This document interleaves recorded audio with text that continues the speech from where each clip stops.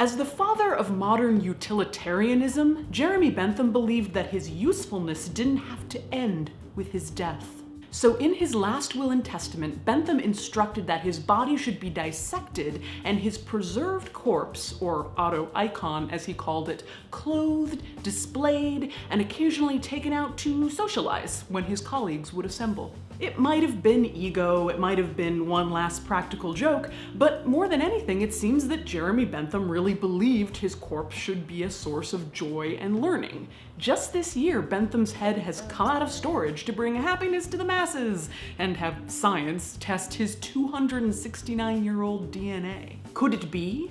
Was Jeremy Bentham a sort of proto-deathling? Could it be? It's because of this. Okay, and the marvelously botched job done on Bentham's mummified head, that we celebrate Jeremy Bentham. Iconic corpse. Since 1850, University College London has been home to what's left of Jeremy Bentham's corpse. As per his wishes, Bentham's auto-icon is dressed in a black suit, seated in a chair with his cane inside a wooden case. And while Bentham presents an odd, but relatively innocuous figure in the halls of UCL, his curb appeal is largely because he's not quite all there. You see, it's his head. That's not his real head, it's a wax head. I mean, it has some of his real hair, but that's it. So what happened to Bentham's real head? In June of 1832, 84-year-old Jeremy Bentham died. As requested, his body was given to his friend Dr. Southwood Smith, who carried out Bentham's dissection. Bentham's dissection was rather controversial, as few people, especially people of Bentham's wealth and status, would consider submitting their body to science. Before his death, Bentham had actually helped devise the Anatomy Act of 1832, an act of parliament in the UK that allowed bodies to be donated by the next of kin, as well as unclaimed bodies to be dissected. Additionally, individuals like Bentham could will their corpse to physicians for study. The act helped end grave robbery and greatly advance the understanding of human anatomy, but was not without controversy of its own. Some, particularly Bentham's friend Dr. Smith, felt that this act unfairly targeted the corpses of the poor and homeless. Said Smith, "How is it to be expected that the uninstructed and ignorant will sacrifice their own feelings for the public good when the best regulated shrink from the obligation?"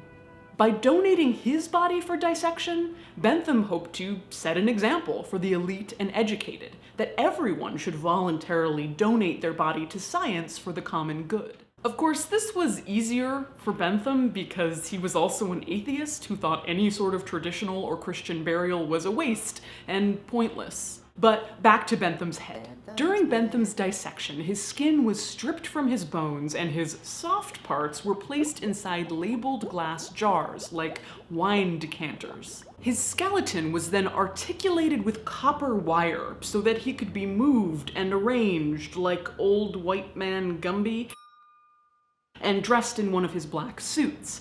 The suit was stuffed with cotton, straw, and hay, and his abdominal cavity contained moth repellents, naphthalene, and lavender. But the pièce de résistance was Jeremy Bentham's head. Well, it was supposed to be.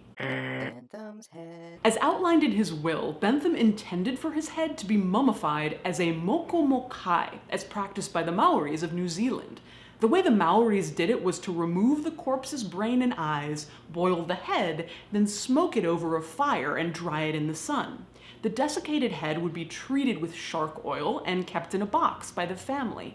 Later, during times of war, the Mokomokai were exchanged for items during peace negotiations. But Bentham's head wasn't quite transformed into the triumphant Mokomokai he'd envisioned. Placing bright blue glass eyes in Bentham's head, the very glass eyes Bentham had carried around on his person for 6 months before he died, just in case, Dr. Smith suspended the head over sulfuric acid under glass and used a vacuum to remove the moisture from the head. The results were not good.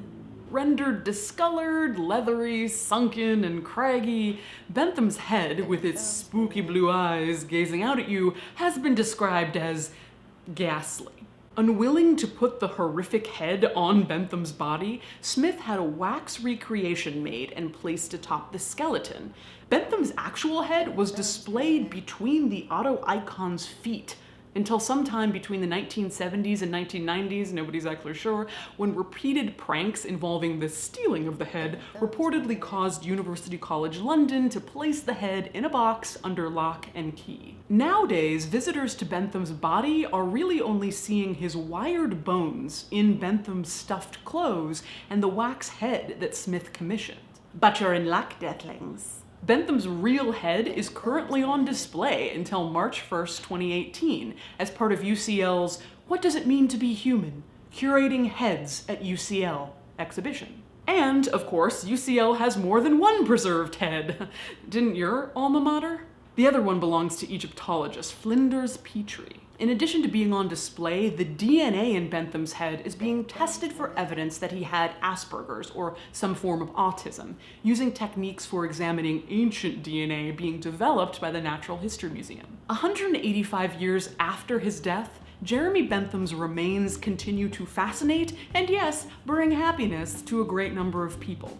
While his auto-icon didn't quite turn out as planned, it's that added layer of a morbid mishap that makes Jeremy Bentham an iconic corpse. Iconic corpse! Don't lose your head. This video was made with generous donations from death enthusiasts just like you. English mummy!